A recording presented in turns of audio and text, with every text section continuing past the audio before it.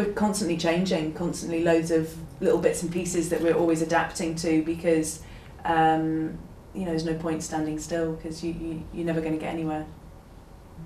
Do you get any resistance to people giving you feedback? I mean, I know it's something I personally dislike. I mean, if I go and stay somewhere and somebody come and ask me, what did you think of it? You know, and ask when you fill out this questionnaire. I mean, yeah, well, no, it's really funny, because we've just done these questionnaires, and we handed it to a lady, and she wrote all over it. She said, "I hate questionnaires. Do you think you're American?"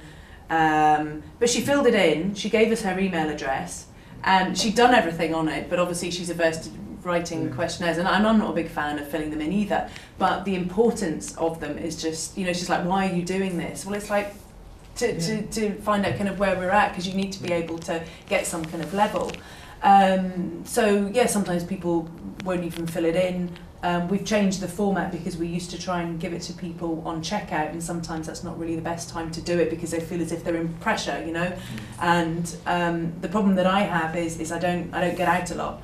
And when you do get out, you kind of remember, that's that feeling. You know, if you're paying a bill, sometimes you don't want to be fussed. You just want to get out and go and do what you want to do. So it's altering kind of the process, so that you want people to feel comfortable with the information that they provide you. And I think that that's just really part and parcel with what we have to do as well, is to try and get feedback on a verbal form, in a verbal, you know, way. More so because not everybody's exactly the same, and they don't want to fill in forms, you know, like yourself.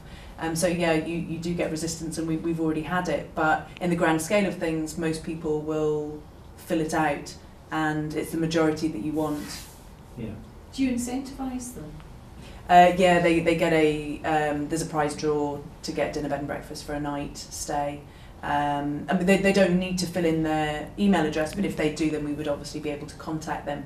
And then also it means it gives us an opportunity to contact them with any special promotion or events, because that was one of the feedbacks we would get, is like, you know, we want to hear more about what's going on, but how do you do that? So this is another format of doing it, so that's another change that we've implemented. So does that include events that, for example, plucking somebody out there, Fort Augustus Forest District were doing, so something was happening? I don't know why I thought of that. I haven't gone down that route just yet, because I find it really difficult to pool events that are happening in the area, and the best option is, on any information that I send out, is to say, please go to this link for events specific to the area. I put my events, but then I'll leave someone else to handle what's happening on a wider scale, because there's things changing all the time, and yeah, I would rather channel our efforts into doing something else that's specific to us, and then someone else who's already doing the work, why am I going to duplicate it? So I may as well, you know, send them onto that website, but certainly would promote anything else that's going on in the area. Yeah.